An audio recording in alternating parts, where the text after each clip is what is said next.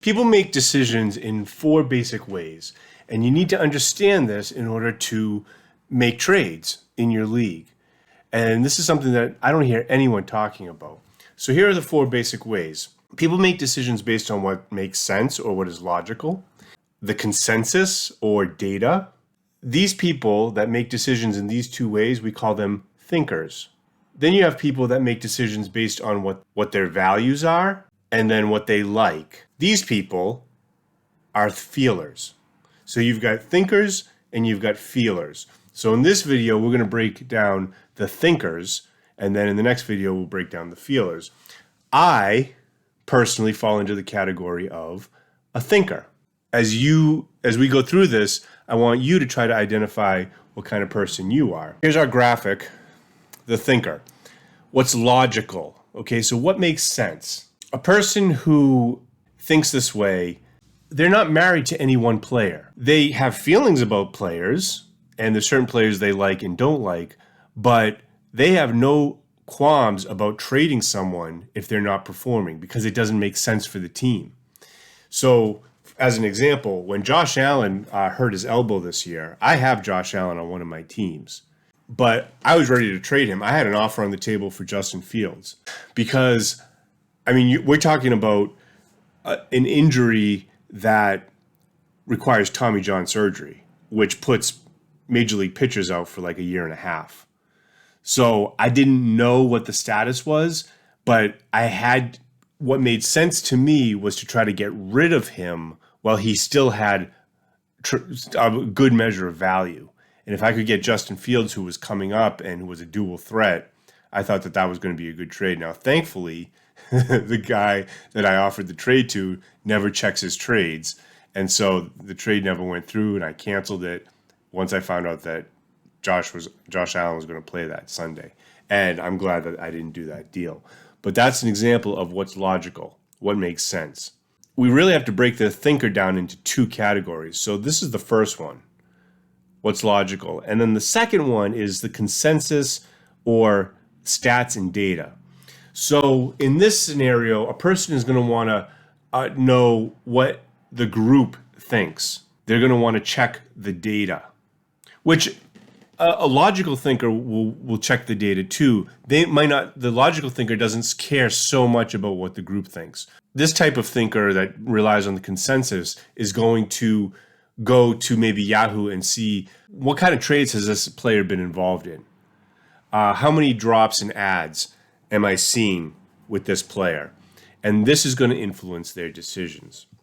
In either case, the thinker is rational. They're not emotional. They're not married to any player. They can be convinced if you provide the right amount of information or the right amount of reasoning with them, they can be convinced. But you have to be able to identify whether you're dealing with a thinker or a feeler. And then conversely, it seems like a contradiction, but they can be difficult to dissuade. So especially with a logical thinker, once they have determined that something is the truth, you're going to have a hard time. You have a hard road ahead of you to try to convince them otherwise. You may never be able to. If your reasoning or your information, your data, your stats are not sound. And I'm one of those people. So I'll give you an example. If you told me, name 20 players who you absolutely trust and who you think are league winners, and I wrote those down, I've taken the time and used certain criteria that to prove to myself that these players, if I had a team of these players, I really wouldn't make any trades because these are the league winners. There's no need. You have the ultimate team. There is no need to try to acquire more. They can be difficult to dissuade. However, if you and I got in a conversation about really, you started to break down, like let's say one of my top 20 players was DeAndre Swift, as an example. If you really broke down the coaching philosophy, the offensive coordinator, the type of plays that they're running, like let's say it was at the beginning of this season, you might be able to convince me that he is not a top 10 RB1. It's much easier to convince me now. you'd have to have that conversation with me. So how can you identify whether you're dealing with a thinker or a feeler? Well, one of the easiest ways is whether they say things like I think or I feel.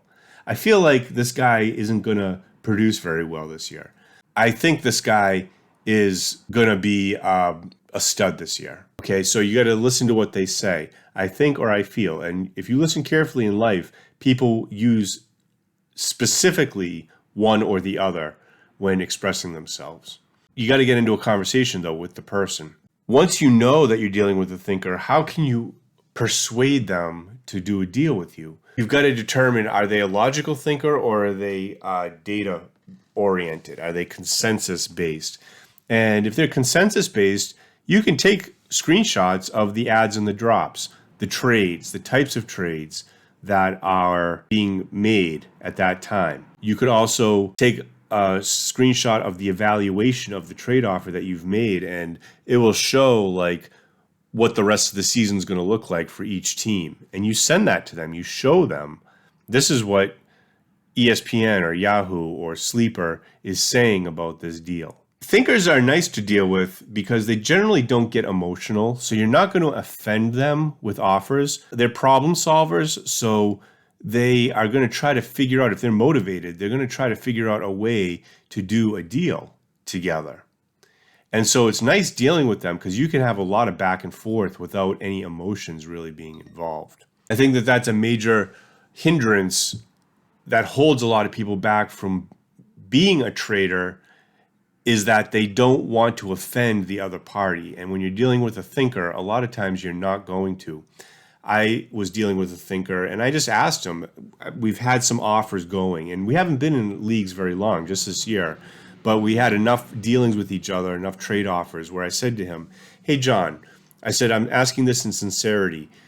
Have you ever considered not lowballing on your initial offer?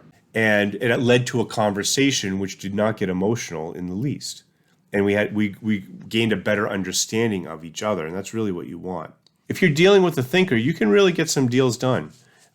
It's just, you might have to work a little. No, I don't want to say you're going to work harder. It's just, you have to know which buttons to push in order to get them to be persuaded to change their thinking.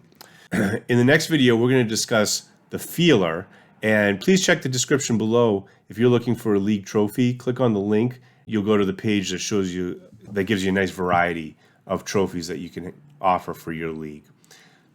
Thanks for watching. See you in the next video.